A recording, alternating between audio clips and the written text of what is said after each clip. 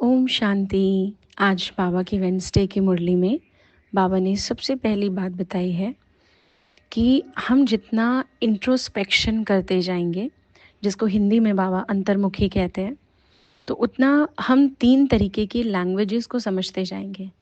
3 तरीके की भाषा, नैनो की भाषा, भावना की भाषा और संकल्प की भाषा। नैनो की भाषा मतलब हो गया कि आँखों का इशारा किस तरफ है, कौन क्या कहना चाहता है।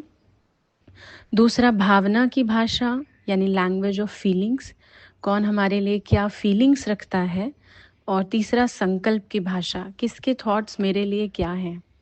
और बहुत सुंदर बात है ये, कौन क्या वर्ड्स हमारे लिए बोलता है उससे ज़्यादा समझना ज़रूरी है ये 3 तरीके की लैंग्वेज। अब ये क्यों समझना ज़रूरी है?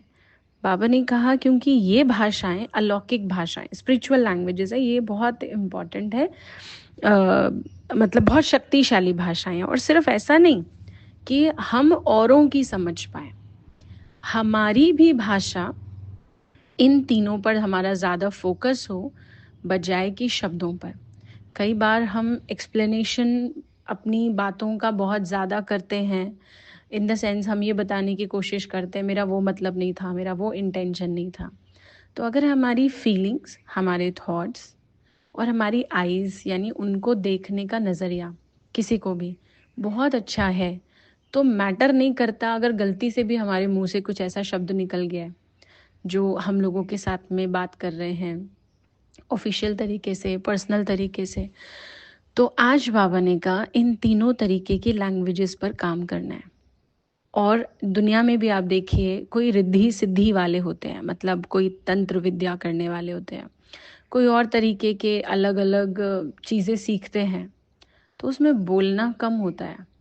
मतलब ऐसा नहीं बहुत ज़ोर ज़ोर से मंत्र पढ़ करके कुछ ऐसा कर रहे हैं, नहीं। जो मन से ज़्यादा करता है ना, वो ज़्यादा शक्तिशाली होता है। आपने देखा होगा कभी बचपन में टीवी सीरियल्स या मूवीज़ में दिखाते थे, किसी को किसी पर जादू भी करना है तो वो कोई एक वर्ड बोलेगा या एक लाइन बोलेगा, पर अंदर की पावर काम करेगी। हमेशा दिखाया गया है कि आप अंदर से फील करके बोलेंगे तो वो मैजिक काम करेगा।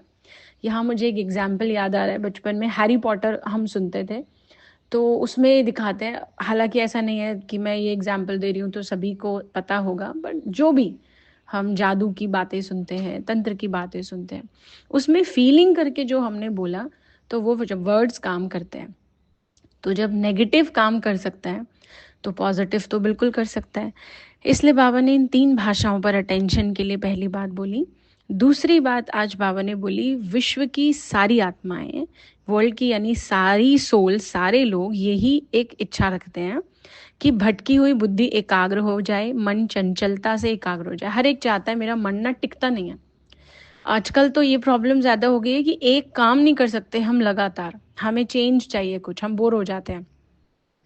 तो क्या करा जाए, इसके लिए क्या सोल्यूशन है? तो आज बाबा ने बताया इसके लिए एकाग्रता रखनी है। अच्छा, अब किसी को आएगा कि वैसे ही मन भटक रहा है और बाबा कह रहे हैं एकाग्रता रखनी, एकाग्रता होगी तो रखते ना। तो बाबा ने उसको और क्लियर किया कि ये प्रैक्टिस करो कि एक बाबा दूसरा ना कोई। मतलब क्या प्रैक्टिस करनी है, जैसे कोई भी सिचुएशन आ रही है, अच्छी बुरी, कोई डे टू डे रूटीन का हमारा कोई काम आ रहा है, बस ये याद रखना मेरे लिए तो बस बाबा बैठा है, मेरे लिए तो बस भगवान है, मेरे लिए तो बस भगवान है। किसी का ऐसा नहीं है कि किसी को हर्ट करने के लिए उसके मुंह पर ये बात बोल देनी है हमें, वो गलत हो जाएगा। कोई कहे अच्छा आपके लिए ना मैं कर दूंगी ये, या मैं कर दूंगा, और हम उसको पलट के जवाब दे अरे मेरे लिए तो भगवान बैठा है करने के लिए, वो नहीं। बोलना नहीं है, पर प्रैक्टिस करनी है अंदर से, हर काम हर चीज में एक भगवान बस। ये प्रैक्टिस हमारे मन को एकाग्र कराएगी और सच में ट्राइड एंड टेस्टेड है, बहुत ज़रूरी है। हम सब सुन करके कितना ट्राई करते हैं। तो ये आज की मुरली है। ओम शांति।